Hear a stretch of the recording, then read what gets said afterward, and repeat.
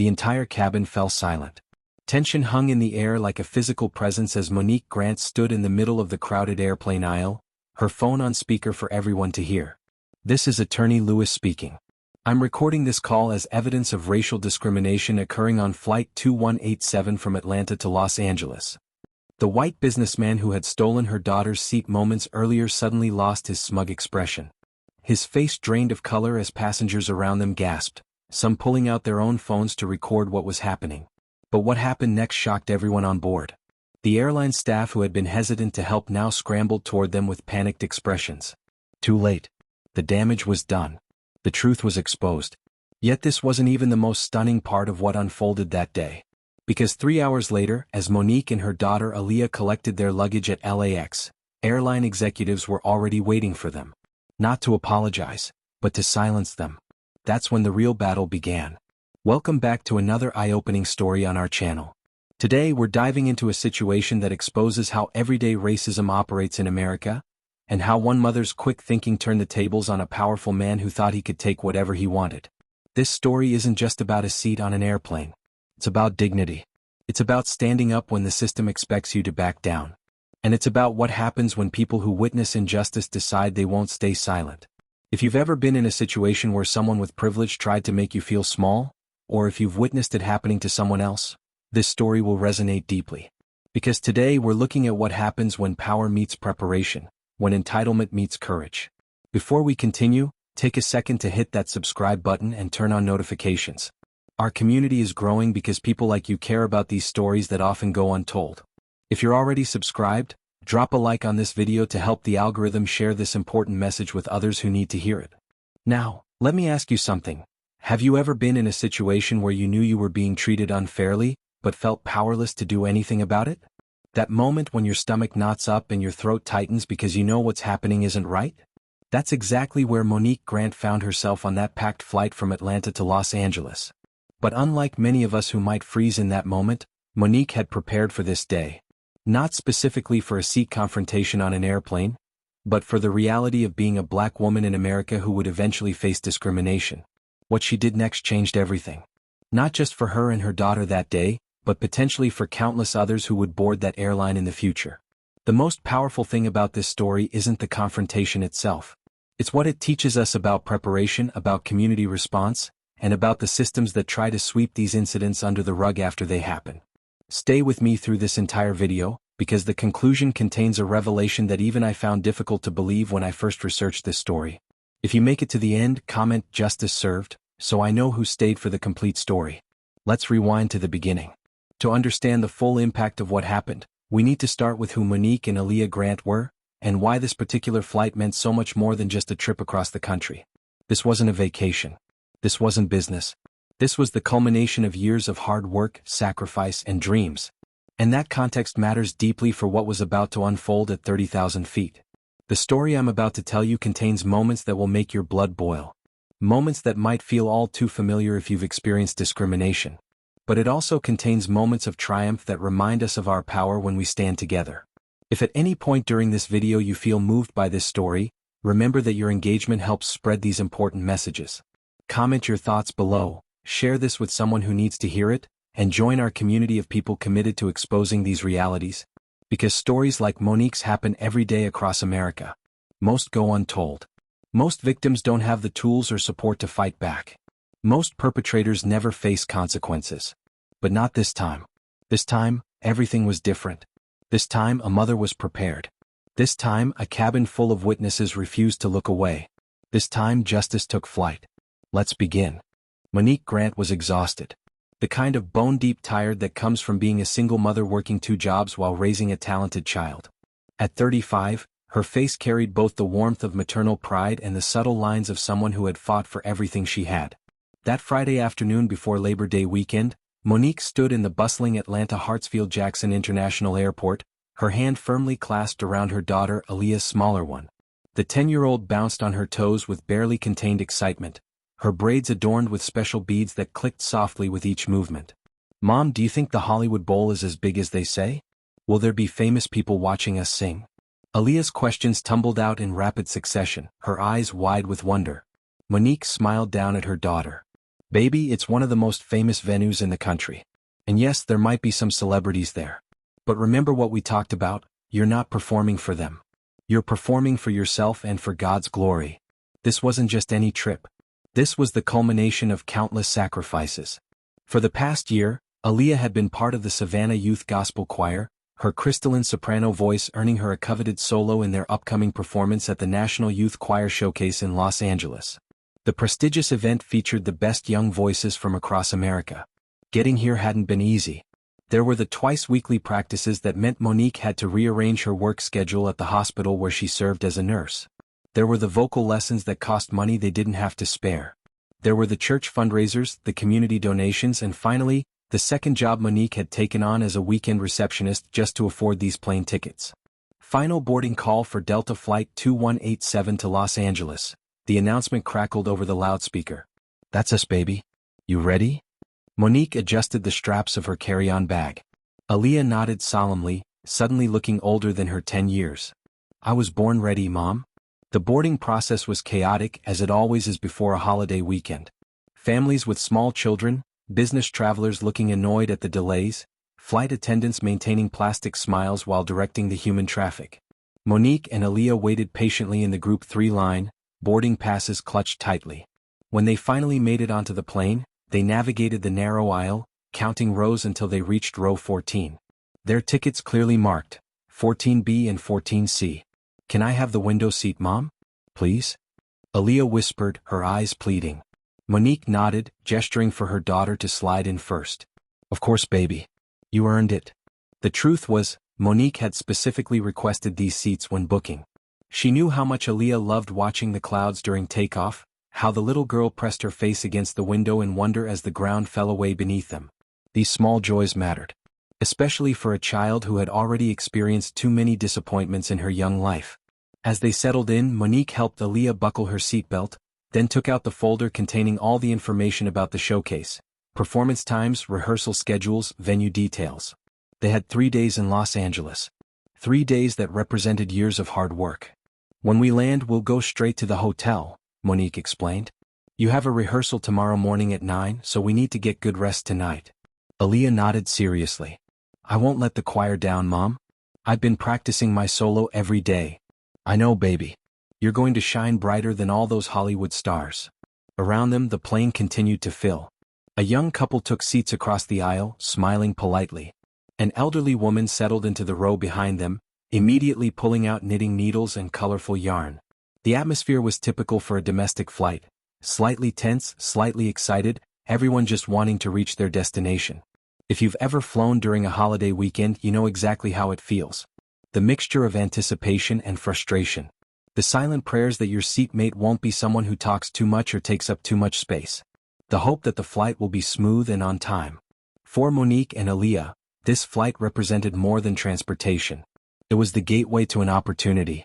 A chance for a talented young black girl from Savannah, Georgia to stand on one of the most prestigious stages in America and be heard. Let me ask you this. Have you ever worked incredibly hard for something, sacrificed everything only to have someone try to take it away at the last minute? That feeling of injustice, of helplessness? Keep that in mind as our story continues. If you're still with me, type, "I'm listening" in the comments. I want to know who's following this journey, because what happens next reveals something important about how privilege operates in everyday spaces. The final passengers were boarding now. Mostly business travelers who had clearly done this routine hundreds of times. They moved with practiced efficiency, stowing bags, claiming seats, avoiding eye contact. The unspoken choreography of strangers forced to share confined space. Monique checked her watch.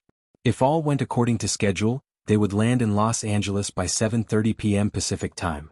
Plenty of time to get to their hotel, order room service, and review Aaliyah's music one more time before bed. Everything was going according to plan. Until it wasn't. The last few passengers filed onto the plane. Among them was a man who immediately commanded attention without saying a word. Tall, in his late 40s, with salt and pepper hair and a tailored navy pinstripe suit that probably cost more than Monique's monthly rent. He carried a leather attaché case and wore the expression of someone accustomed to getting his way. His eyes scanned the cabin methodically, row by row, until they landed on Monique and Aaliyah. Something flickered across his face, a momentary tightening around the mouth, a slight narrowing of the eyes. So brief that most people would miss it. But Monique didn't miss it. She had seen that look before. The businessman checked his boarding pass, then looked back at them. He began walking purposefully toward row 14. Monique felt a familiar knot form in her stomach. The same knot she felt whenever she sensed trouble approaching. The same knot she had felt countless times as a black woman navigating predominantly white spaces. "Mom," Aaliyah whispered, oblivious to the approaching storm, "do you think we'll see the ocean from our hotel?" Before Monique could answer, the businessman stopped directly beside their row. He looked down at them, his expression now carefully neutral. "Excuse me," he said, his voice carrying the polished tone of corporate boardrooms and country clubs. "I believe there's been a mistake." And just like that, the journey that Monique and Aaliyah had worked so hard for was about to take an unexpected turn. If you've ever had that sinking feeling when you know something unfair is about to happen, hit that like button right now. Because what happens next in this story is something too many people experience but few are prepared to handle. Stay with me. The confrontation that's about to unfold reveals not just one man's entitlement, but an entire system designed to protect it. "I believe you're sitting in my seat," the businessman stated, not as a question but as a fact. He held his boarding pass forward, though not close enough for Monique to actually read it. Monique felt her heart rate quicken but kept her voice steady. "No, sir. These are our assigned seats. 14B and 14C. She reached for her own boarding pass in her purse, the paper slightly crumpled from being handled so often. The businessman barely glanced at her ticket. Instead, he sighed heavily as if dealing with a particularly tiresome situation. "There must be some confusion. I was upgraded to this row. I specifically need this seat." Around them, other passengers were settling in, some pretending not to notice the interaction, others watching with undisguised interest. The background noise of the cabin, suitcases being stowed, conversations, the hum of the ventilation system, seemed to fade as tension built in row 14. "Sir, our tickets clearly show these are our seats," Monique repeated, her voice firm but polite. She held up both boarding passes now. "See? 14B and 14C. The businessman's expression hardened almost imperceptibly. Without another word, he reached up and shoved his expensive attaché case into the overhead bin directly above their seats. Then, in a move so bold it momentarily stunned Monique, he simply dropped into the middle seat, 14B, forcing Monique to quickly shift to the aisle seat to avoid physical contact. "What are you doing?" Monique asked, disbelief coloring her voice. "Solving a problem," he replied coolly. Then he raised his hand, signaling to a flight attendant who was helping another passenger nearby. The flight attendant, young, blonde, probably new to the job based on her slightly uncertain smile, approached their row. "Is there an issue here?" Before Monique could speak, the businessman took control of the narrative. "There seems to be some confusion with the seating arrangement," he said smoothly, his voice taking on a conspiratorial tone, as if he and the flight attendant were colleagues dealing with a difficult customer. "I was upgraded to this row, but somehow my seat was double booked." The flight attendant frowned slightly, looking between the businessman and Monique. "May I see your boarding passes, please?" Monique handed hers over immediately. The businessman took a moment longer, making a show of retrieving his from his jacket pocket. The flight attendant examined both documents. "Sir, your original seat is 22D. I don't see any upgrade noted in the system." "That's impossible," the businessman replied, his voice taking on an edge. "I specifically requested an upgrade due to my status. I'm a Diamond Medallion member." He pulled out a card from his wallet, flashing it briefly. "I have over 2 million miles with this airline. There's no way I'm sitting in 22D.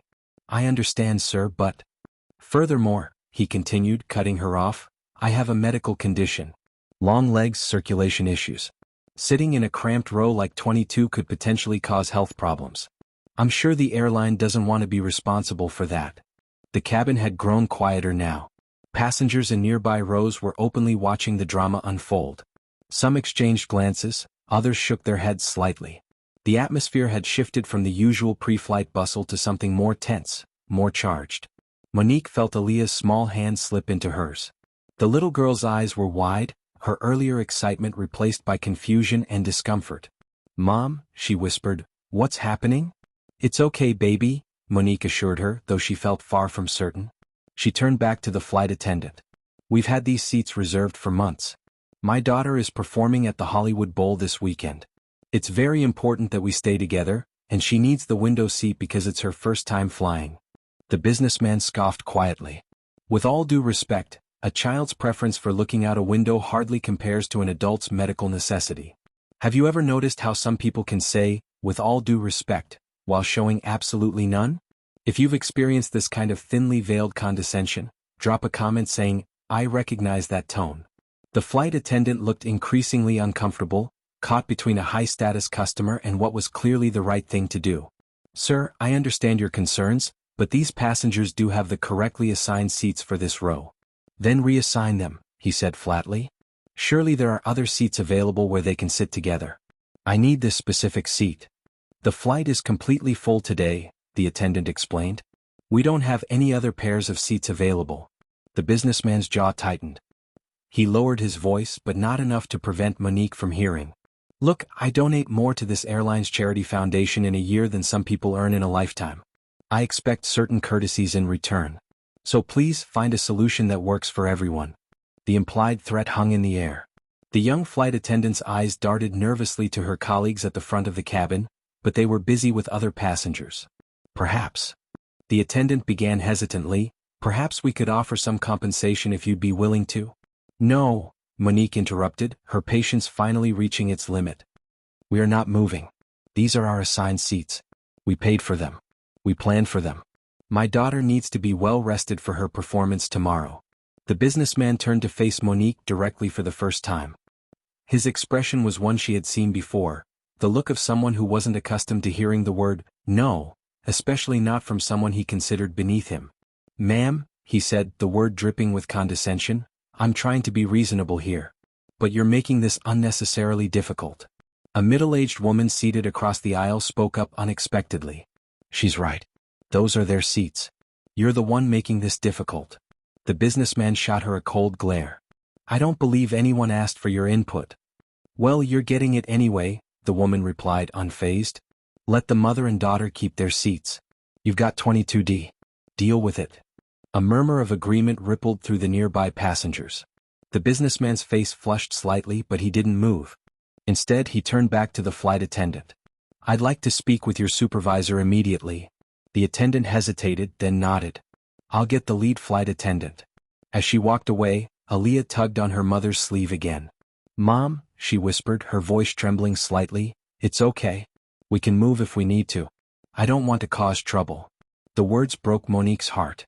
At 10 years old, her daughter was already learning to make herself small, to accommodate others' entitlement rather than stand up for what was rightfully hers.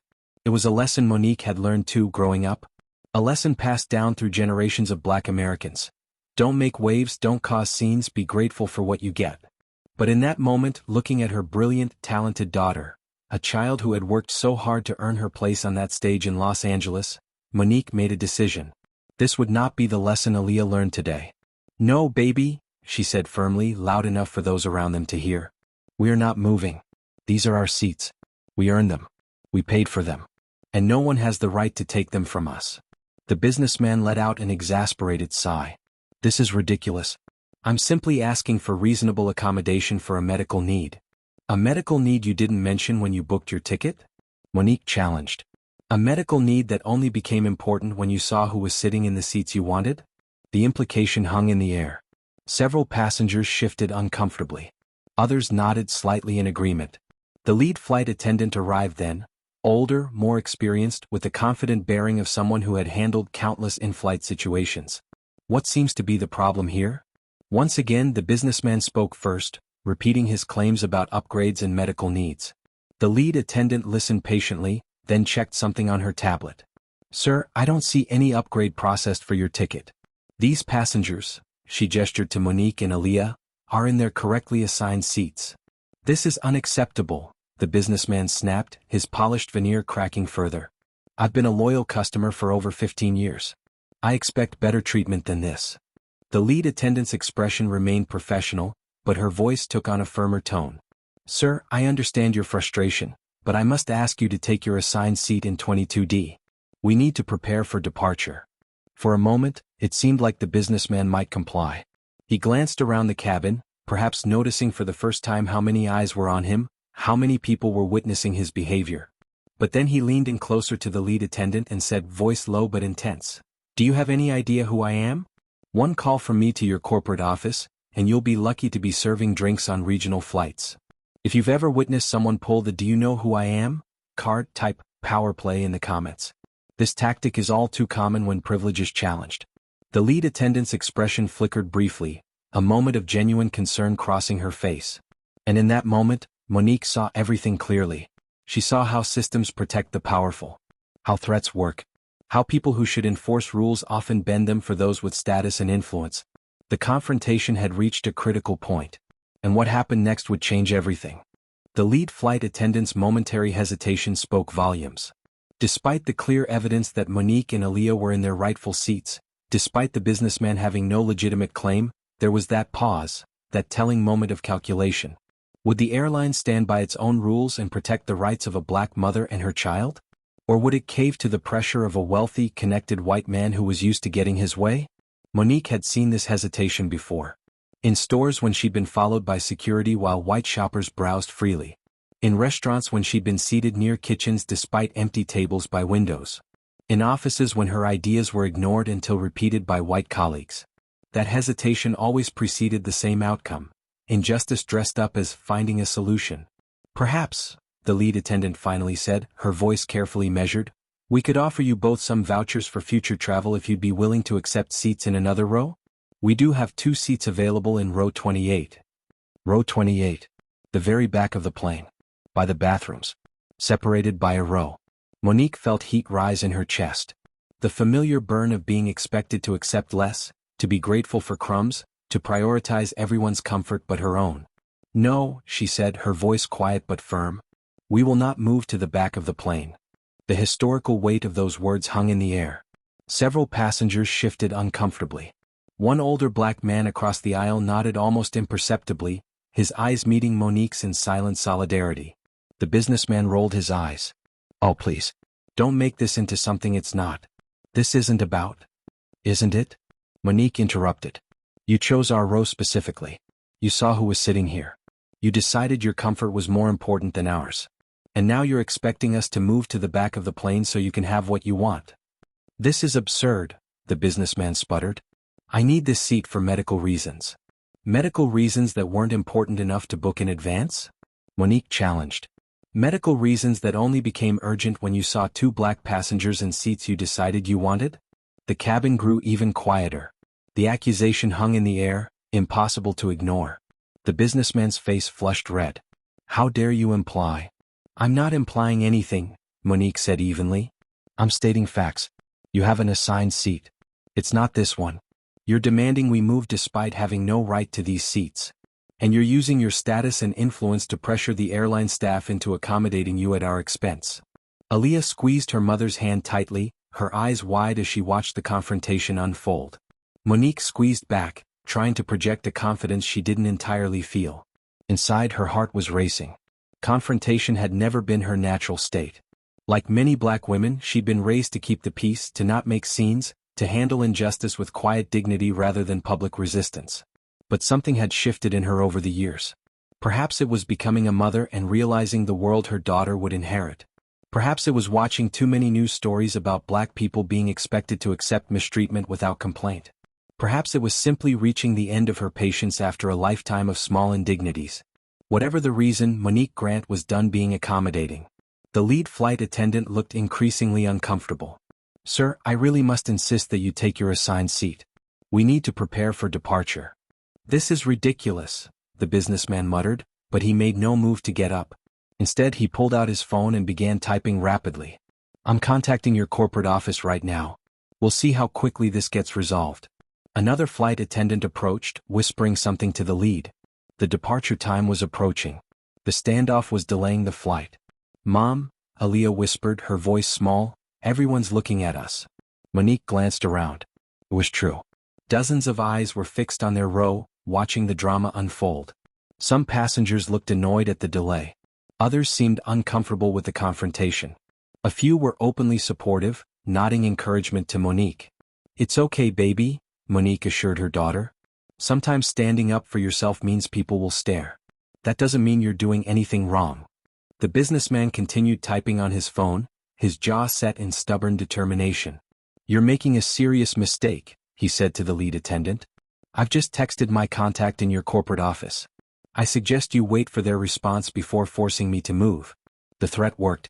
The lead attendant hesitated again, then nodded slightly.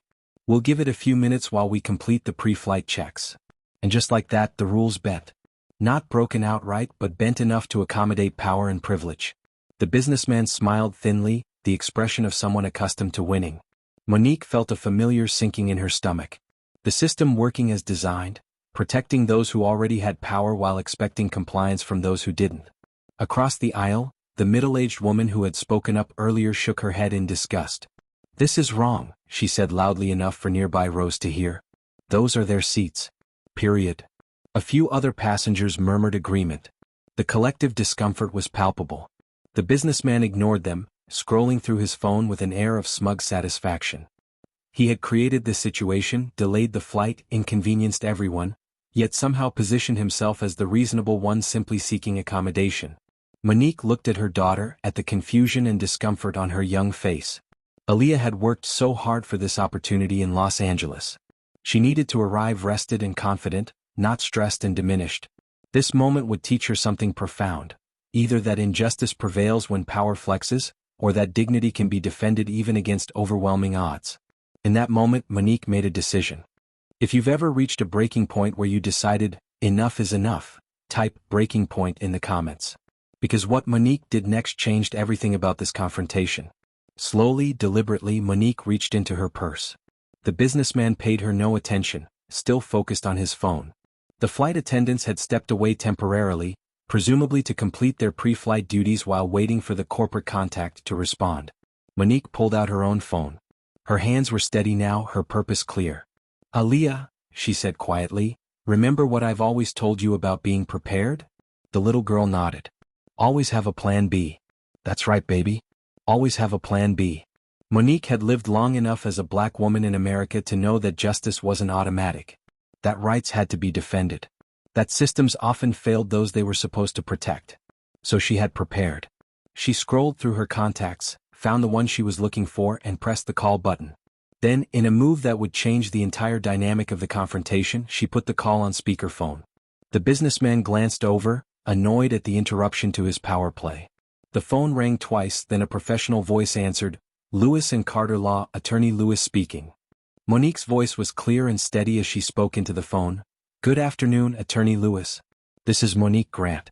I need to document a situation that's happening right now on Delta Flight 2187 from Atlanta to Los Angeles." The businessman's head snapped up, his expression changing from annoyance to surprise. "I'm currently experiencing what appears to be a case of racial discrimination," Monique continued. "A white businessman has attempted to take my daughter's assigned seat, and when we refused to move, he used his corporate connections to pressure the airline staff. They're now delaying the flight while waiting to hear from his contacts, despite acknowledging that we are in our correct seats." Attorney Lewis's voice was sharp and clear over the speaker. "I understand, Ms. Grant. You were right to call. This could potentially violate several civil rights statutes. Are there witnesses to this interaction?" "Yes," Monique replied. "The entire cabin has witnessed it." "Good. Stay on the line.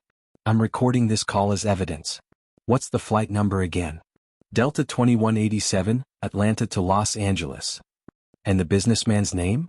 Monique looked directly at the man beside her. "I don't know his name yet, but I'm sure the airline has it on record." The businessman's face had drained of color. Around them, passengers were watching with renewed interest. Some had taken out their own phones, possibly recording the interaction.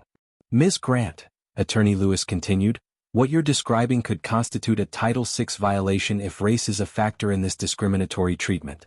The airline, as a recipient of federal funds, is prohibited from such discrimination. I suggest you also document the names of the flight attendants involved and any witnesses willing to provide statements." The businessman finally found his voice. This is ridiculous. This has nothing to do with race." Monique looked at him steadily. "Then why did you specifically target our seats? Why are you still sitting in a seat that isn't yours? Why did you expect us to move to the back of the plane?" "I told you I have a medical condition." "A condition you didn't mention when booking your ticket," Monique finished for him. "A condition that only became important when you saw who was sitting in the seats you wanted." The lead flight attendant had returned, her expression now one of alarm as she realized the situation had escalated beyond a simple seating dispute. "What's happening here?" she asked.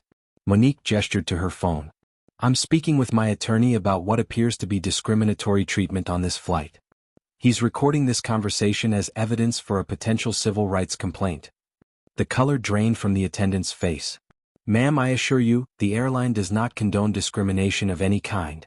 Yet you were willing to delay the flight to wait for this man's corporate contact, rather than simply enforcing your own seating policies," Monique pointed out. "You suggested moving us to the back of the plane rather than requiring him to sit in his assigned seat." The businessman abruptly stood up, nearly knocking into the attendant. "This is absurd. I don't need this seat that badly." His earlier confidence had evaporated, replaced by defensive anger. "I was simply trying to accommodate a medical need, and this has been blown completely out of proportion." "Sir, are you now willing to take your assigned seat in 22D? The lead attendant asked, her professional demeanor firmly back in place. "Yes, fine, whatever," he snapped, yanking his attaché case from the overhead bin. "But I'll be filing a formal complaint about how this was handled." As he stormed down the aisle toward the back of the plane, a spontaneous smattering of applause broke out among several passengers. The woman across the aisle gave Monique a thumbs up. The older black man nodded in solemn approval. "Miss Grant," Attorney Lewis's voice came through the phone, "are you still there?" "Yes," Monique replied, her heart still racing despite the apparent victory. "The situation seems to be resolving. He's moving to his assigned seat." "Good. But I suggest you document everything that happened, including the airline's initial response. This may not be over." Those words would prove prophetic in ways Monique couldn't yet imagine. Because while the immediate confrontation had ended, the real battle was just beginning. If you're still with me, comment "Justice in Progress" below. Because what happens next reveals how systems respond when they're caught in the act, and how they try to make problems disappear. "Thank you, Attorney Lewis," Monique said, her voice steady despite the adrenaline coursing through her body. "I'll keep you updated on any developments." "Please do," the attorney replied. "And remember, Ms. Grant, document everything. Names, badge numbers, times. This type of incident often doesn't end when the immediate confrontation is resolved." As Monique ended the call, the cabin remained unusually quiet. The normal pre-flight chatter had been replaced by a charged silence, punctuated only by whispered conversations as passengers processed what they had just witnessed. The lead flight attendant stood awkwardly in the aisle, clearly unsure how to proceed after such a public confrontation. "Ms. Grant, I want to assure you that the airline takes these matters very seriously." "I understand," Monique interrupted, her tone professional but firm. "And I hope that's true. But actions speak louder than words, and what I just experienced suggests otherwise." The attendant nodded stiffly. "Is there anything I can get for you or your daughter before takeoff?" "No, thank you. We're fine now." As the attendant walked away, Aaliyah looked up at her mother with wide eyes filled with a mixture of confusion, admiration, and lingering anxiety. "Mom," she whispered, "how did you know to call a lawyer? Do you always have a lawyer ready?" Monique smiled sadly, brushing a hand over her daughter's braids. "Not always, baby. But after what happened to Uncle Marcus last year with that traffic stop, I decided to be prepared. Attorney Lewis handles civil rights cases. I keep his number in my favorites just in case. Just in case someone is mean to us because we're black?" The innocent directness of the question made Monique's heart ache. At 10 years old, Aaliyah was already learning the painful realities of navigating America as a black person. The unfairness of it struck Monique anew, that her bright, talented daughter had to understand concepts like racial discrimination before she'd even reached middle school. "Yes, baby. Sometimes people treat us differently because of the color of our skin. It's not right and it's not fair, but it happens. And when it does, we need to be ready to stand up for ourselves." Aaliyah nodded solemnly. "You were really brave, Mom. So were you, sweetheart. So were you." The woman across the aisle leaned over. "Excuse me," she said quietly. "I just wanted to say that was incredible. The way you handled that situation. I'm in awe." Monique smiled gratefully. "Thank you. I'm Elaine, by the way," the woman continued. "And I want you to know if you need a witness statement or anything, I'd be happy to help. What that man did, and how the airline initially responded, was completely unacceptable." "I appreciate that, Elaine. I'm Monique and this is my daughter Aaliyah. Nice to meet you both." "Aaliyah, are you visiting Los Angeles for something special?" The girl's face brightened. "I'm singing at the Hollywood Bowl, with the National Youth Choir Showcase. I have a solo. That's amazing, Elaine exclaimed. What an incredible opportunity. You must be very talented. As Aaliyah shyly explained about her choir and the upcoming performance, Monique noticed something happening throughout the cabin. Passengers who had witnessed the confrontation were making eye contact with her, offering small nods of support or thumbs-up gestures. A few were writing things down, perhaps noting details of what they had observed. The older black man across the aisle and one row up turned in his seat. Ms. Grant, he said quietly, I'm Theodore Washington, retired judge from the Northern District. What you did took courage. And it was necessary. Too often we stay silent because speaking up seems too costly. Monique felt a wave of emotion. Thank you, Your Honor. That means a lot coming from you. No Your Honor needed any more, he smiled.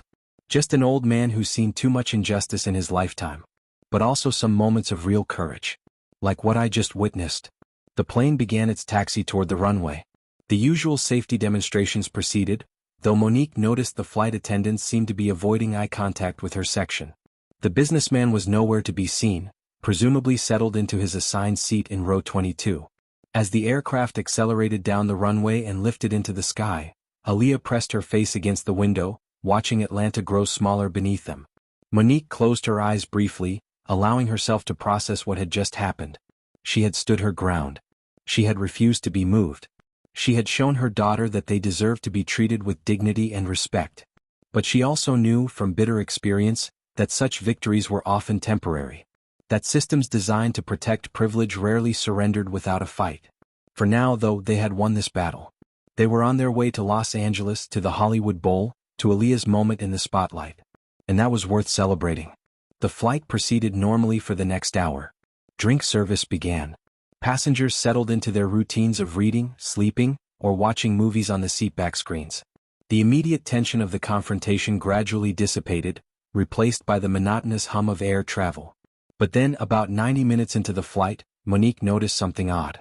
The lead flight attendant and another crew member she hadn't seen before were moving through the cabin, stopping to speak quietly with certain passengers. They seemed to be focusing on those who had been most vocal during the earlier incident. When they reached Elaine across the aisle, Monique couldn't help but overhear their conversation. "Ma'am, we understand you witnessed the seating issue earlier," the new crew member said. He wore a different uniform than the flight attendants, something that indicated higher authority.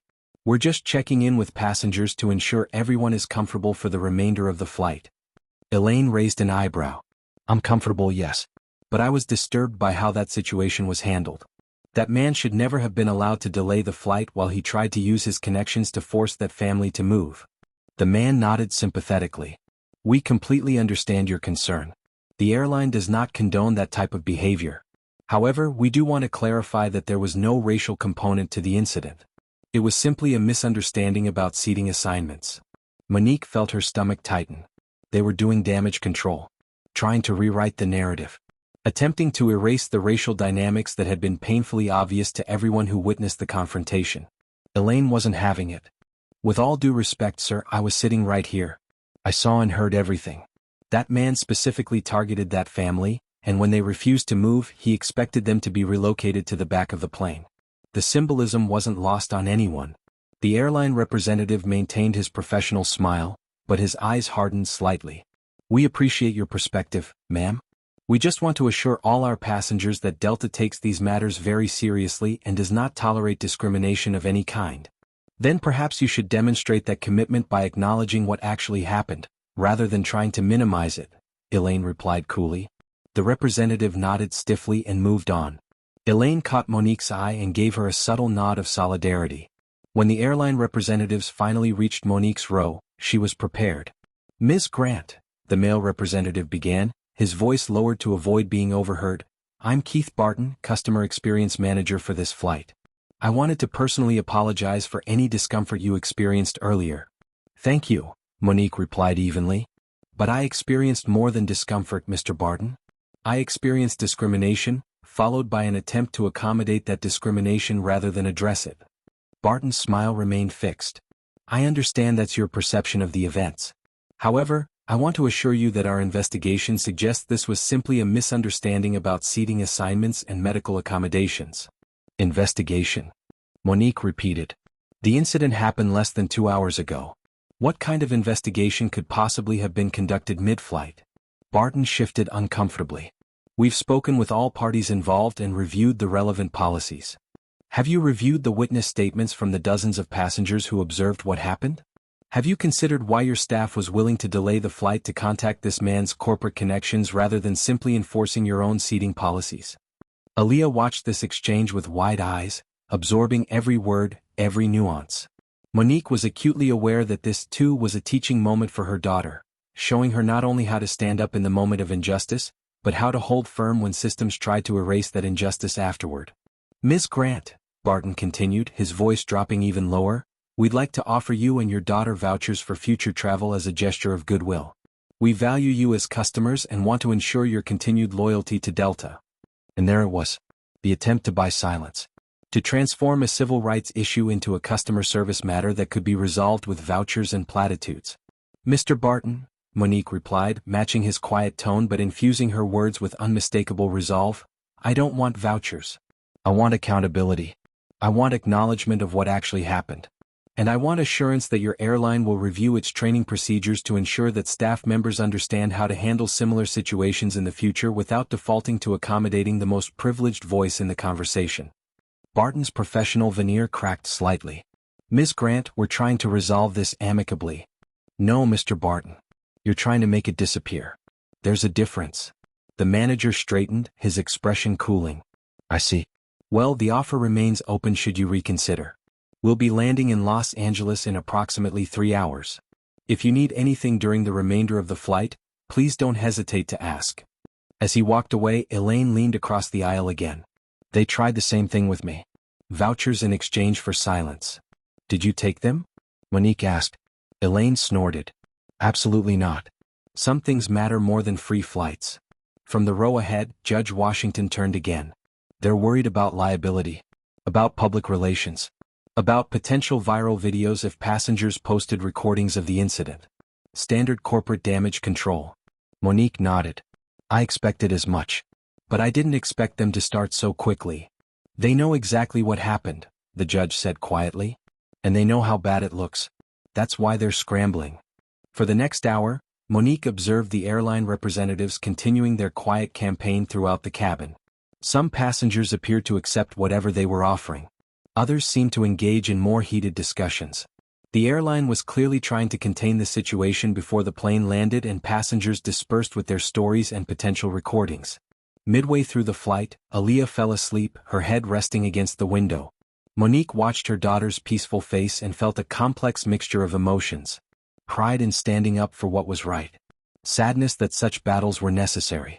Determination to create a world where Aaliyah wouldn't face the same struggles.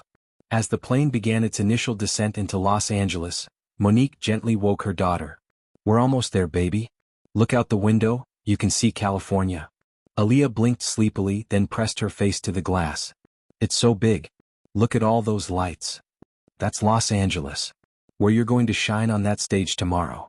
The girl's face lit up with excitement, the earlier tension temporarily forgotten in the anticipation of her performance. Do you think people will like my solo? They're going to love it, sweetheart. Just like I do. As the plane touched down at LAX and taxied to the gate, Monique noticed something unusual. The businessman from earlier was nowhere to be seen during deplaning. Typically, first class and business passengers were the first to exit, but he wasn't among them.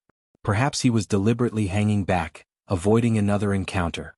When it was finally their turn to exit, Monique and Aaliyah gathered their belongings and made their way down the aisle. Several passengers offered encouraging smiles or nods as they passed. Elaine gave Aaliyah a high five and slipped Monique a business card with her contact information. Just in case you need another witness, she explained. Judge Washington shook Monique's hand formally. Remember what I said, Ms. Grant. What you did today mattered. Not just for you and your daughter, but for everyone who witnessed it. Thank you, Judge Washington. That means more than you know. As they stepped off the plane, Monique felt a momentary sense of relief. They had made it. They were in Los Angeles. Tomorrow, Aaliyah would perform at the Hollywood Bowl, fulfilling a dream they had worked toward for so long. But as they walked through the jet bridge toward the terminal, Monique noticed two suited individuals waiting just inside. They weren't holding signs like typical drivers or greeters. They stood with the unmistakable posture of corporate representatives on a mission. and they were looking directly at Monique and Aaliyah. The battle, it seemed, was far from over.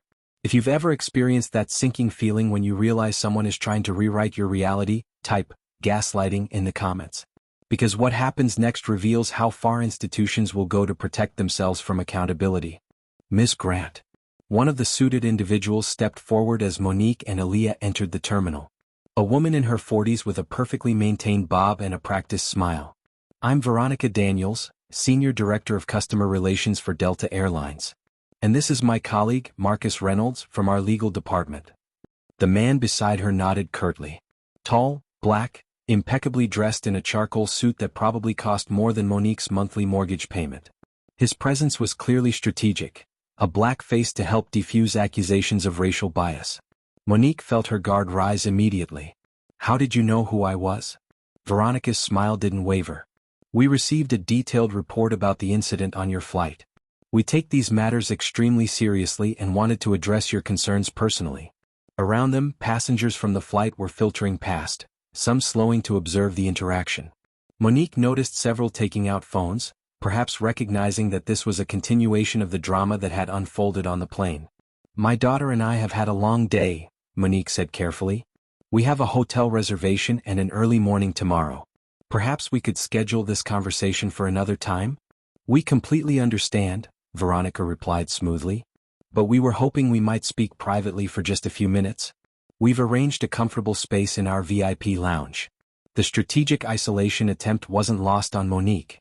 Get her away from witnesses, away from the public eye, into a controlled environment where the power dynamic would shift even further in their favor. I appreciate the offer, but I'm not comfortable with that arrangement. If you'd like to speak, we can do so right here. Veronica's smile tightened almost imperceptibly. Some of these matters are rather sensitive, Ms. Grant.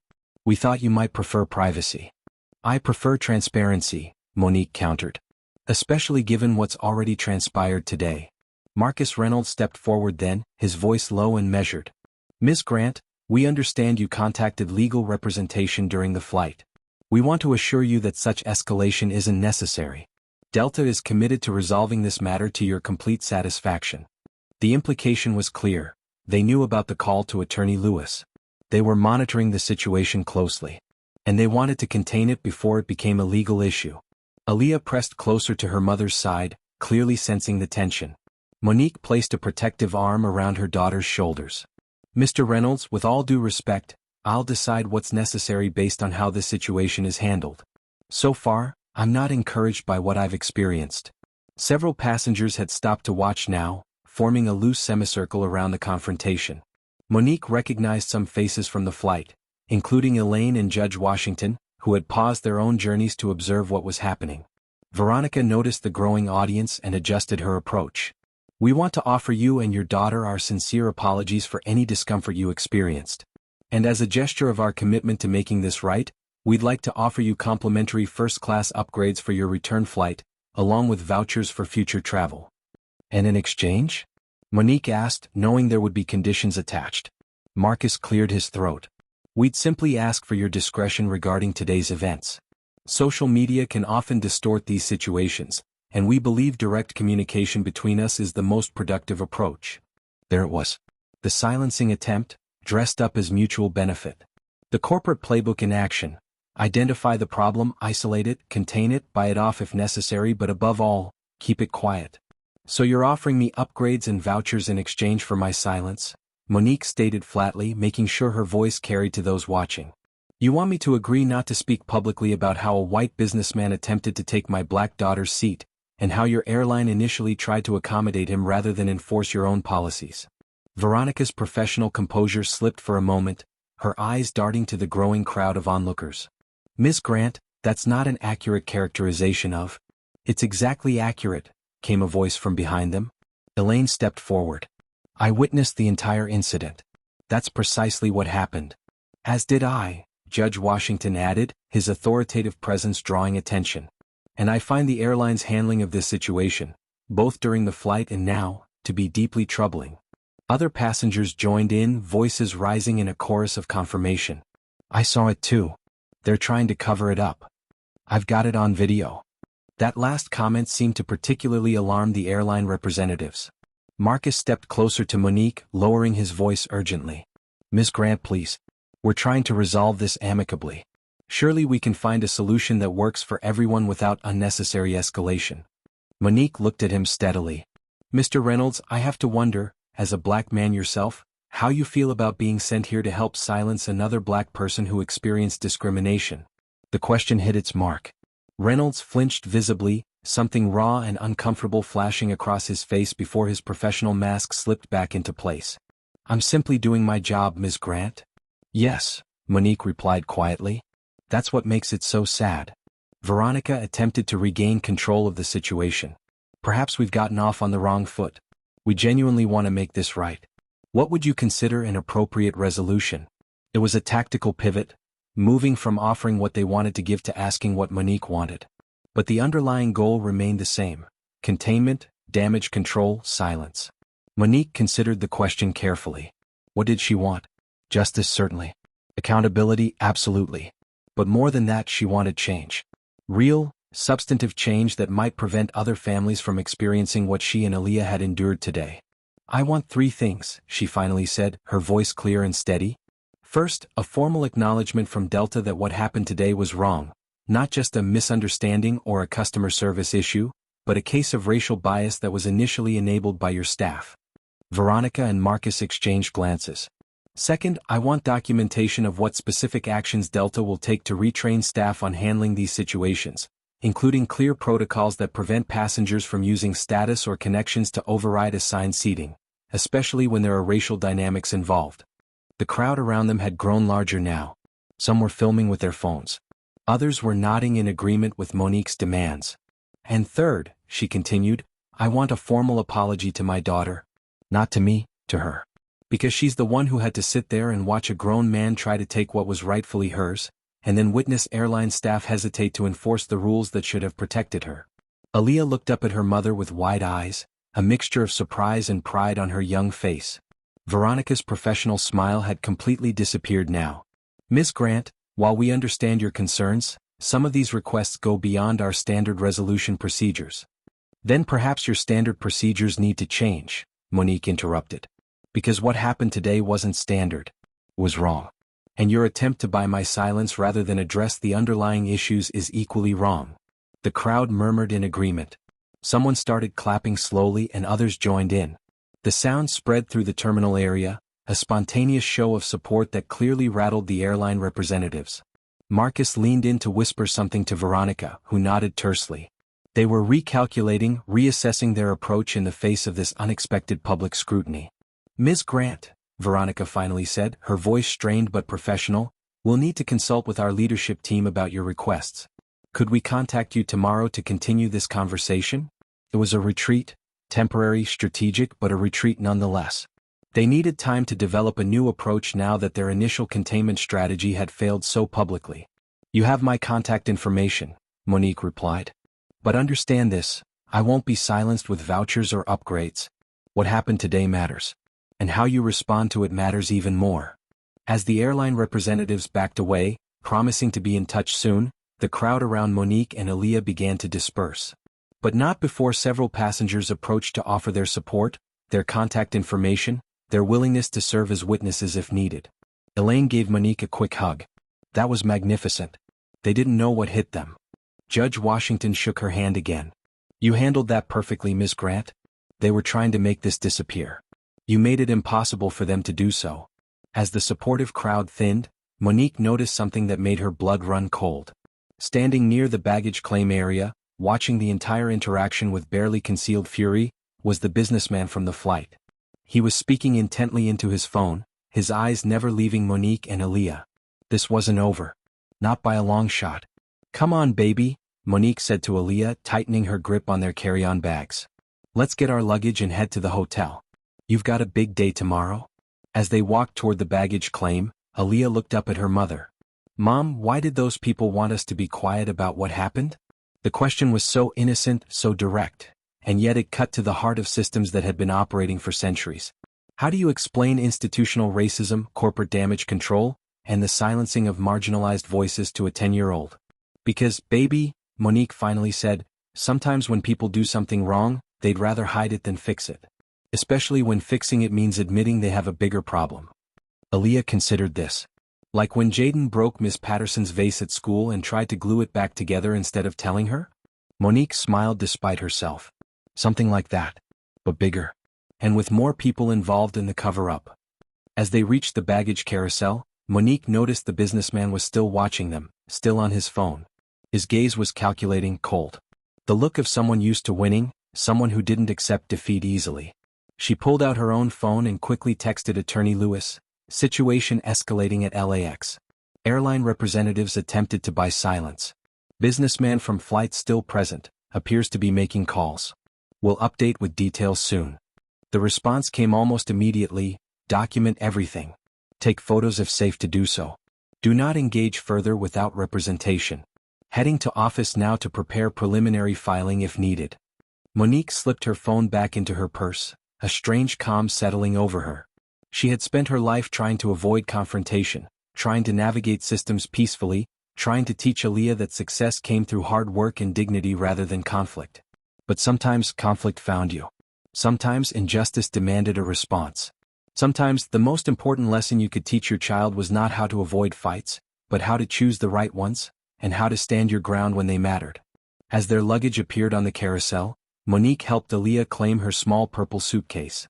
Together they headed toward the exit, toward their hotel, toward tomorrow's performance at the Hollywood Bowl. Behind them, unseen but felt, forces were already mobilizing. The airline's damage control. The businessman's wounded pride and connections. The witnesses with their videos and testimonies. The attorney preparing for battle. A storm was brewing. But for tonight at least, Monique and Aaliyah had stood their ground. They had refused to be moved. They had spoken truth to power.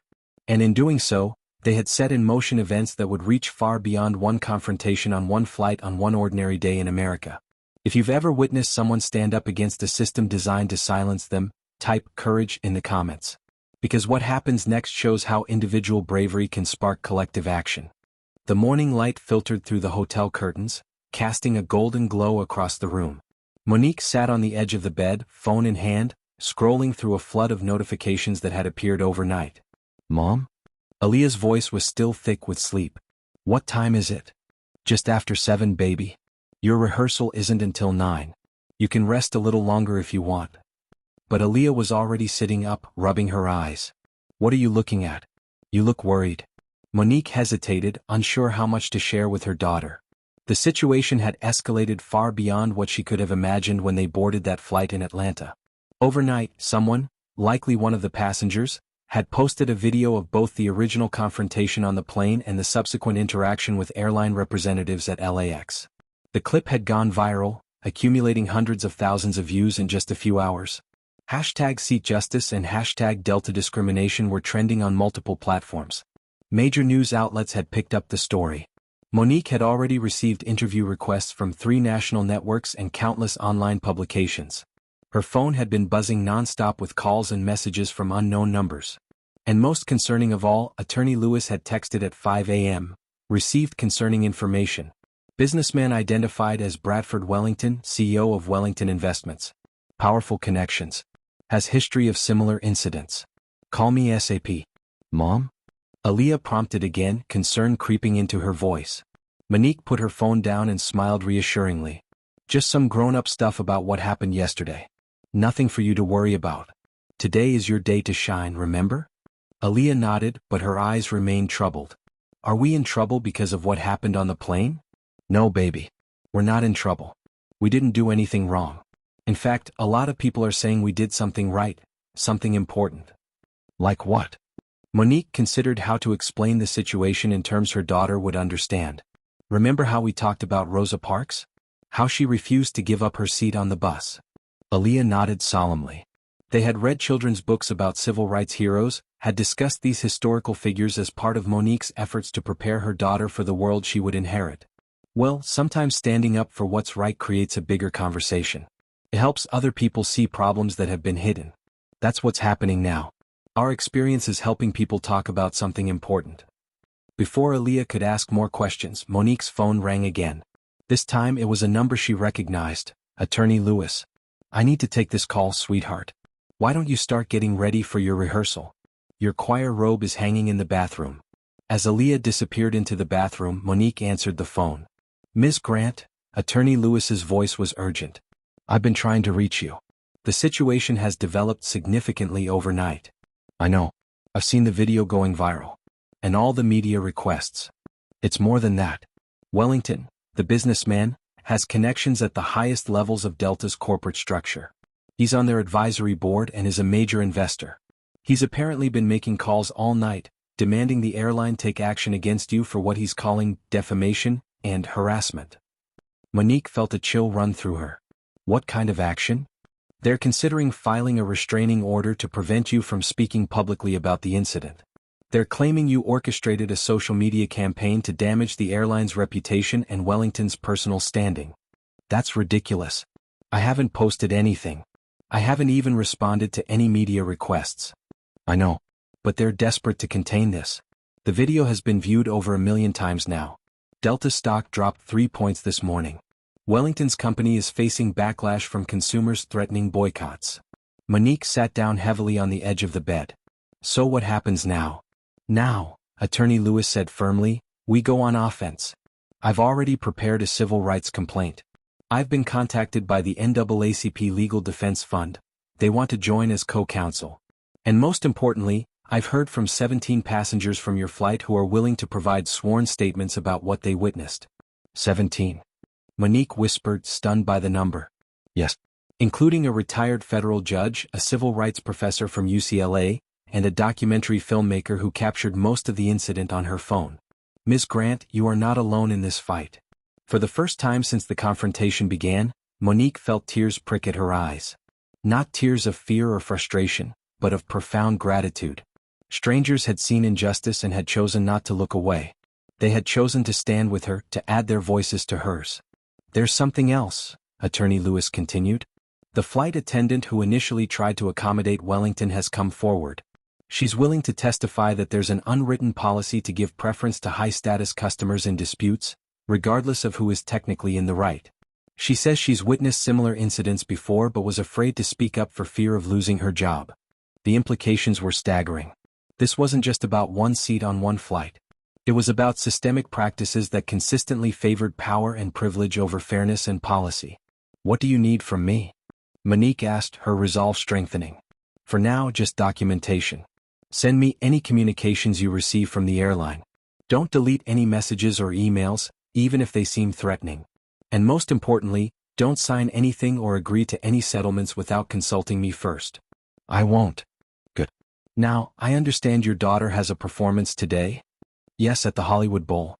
A choir showcase." "Then focus on that. Be present for her. We'll handle the legal aspects. This is going to be a marathon, not a sprint." After ending the call, Monique sat quietly for a moment, processing everything. When she looked up, Aaliyah was standing in the doorway of the bathroom, already dressed in her choir robe, watching her mother with solemn eyes. "Is everything okay, Mom?" Monique smiled, pushing aside her concerns. "Everything is fine, baby. Just some more grown-up stuff. Today is about you and your beautiful voice. Nothing else matters right now." But as they prepared to leave for the rehearsal, Monique's phone buzzed with a text from an unknown number. "Ms. Grant, this is Veronica Daniels from Delta. Our CEO would like to speak with you personally. This situation has escalated beyond what any of us intended. Please call at your earliest convenience." Attached was a private number, direct access to one of the most powerful executives in the airline industry. The message was clear. This had reached the highest levels. The damage control was now coming from the top. Monique showed the message to no one, not even Attorney Lewis. She simply slipped her phone into her purse and guided Aaliyah out the door, toward the waiting taxi, toward the Hollywood Bowl, toward the moment her daughter had worked so hard to achieve. Some battles could wait. This one couldn't. The Hollywood Bowl was even more impressive than Aaliyah had imagined. The iconic amphitheater, nestled in the Hollywood Hills, had hosted legendary performers for nearly a century. Now, a 10-year-old girl from Savannah, Georgia would add her voice to that storied history. As Monique watched from the audience during the morning rehearsal, she felt a surge of pride so powerful it momentarily pushed aside all thoughts of legal battles and viral videos. Aaliyah stood tall among the other young singers, her voice clear and strong during her solo, her presence commanding despite her small stature. This was why they had come to Los Angeles. This was what all the sacrifices had been for.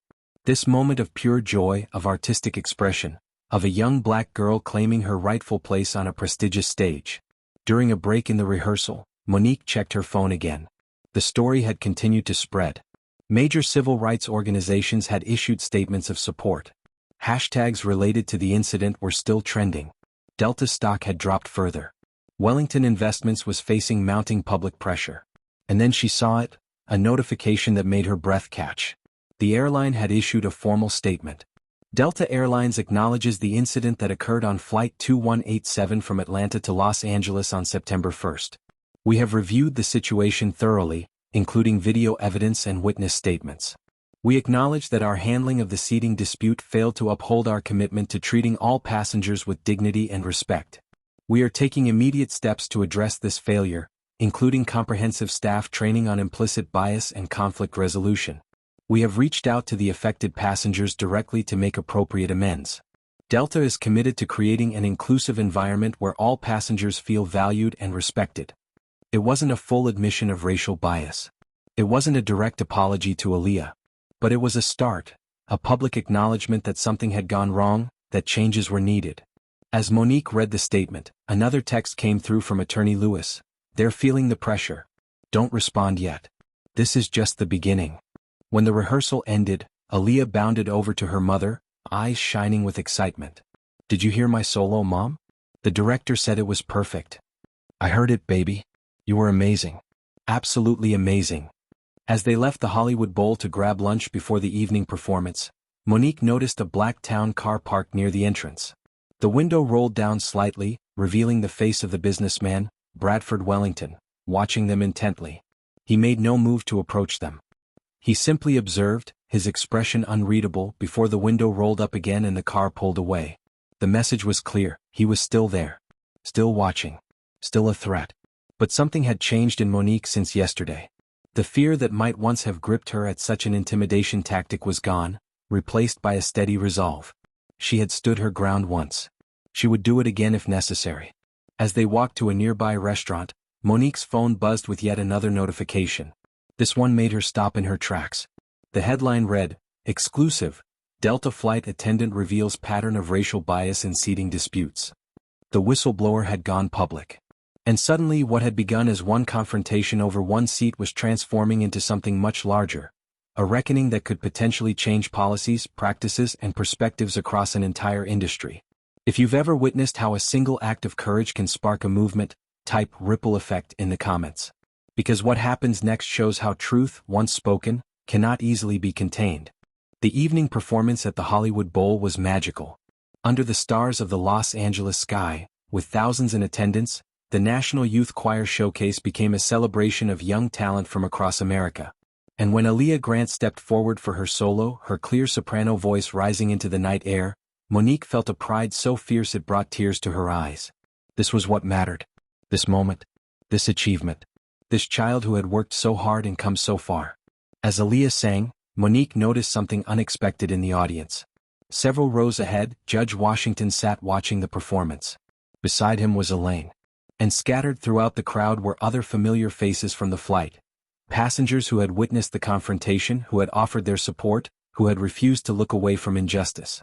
They had come not just as witnesses to a wrong, but as celebrants of something right, a young girl's talent and determination. They had come to complete the circle, to ensure that what began in conflict ended in triumph.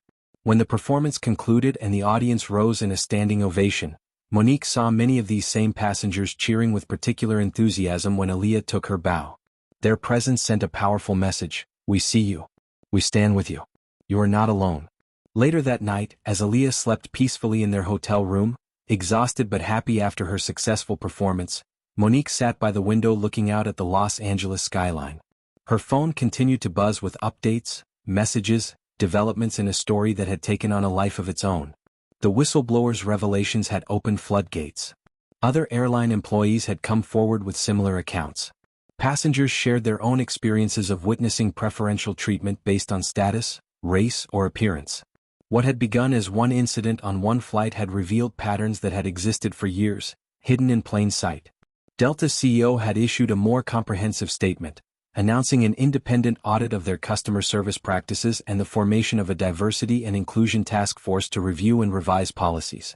Bradford Wellington had resigned from the airline's advisory board, citing personal reasons. His company's stock continued to fall as consumers and investors responded to the revelations about his character and conduct.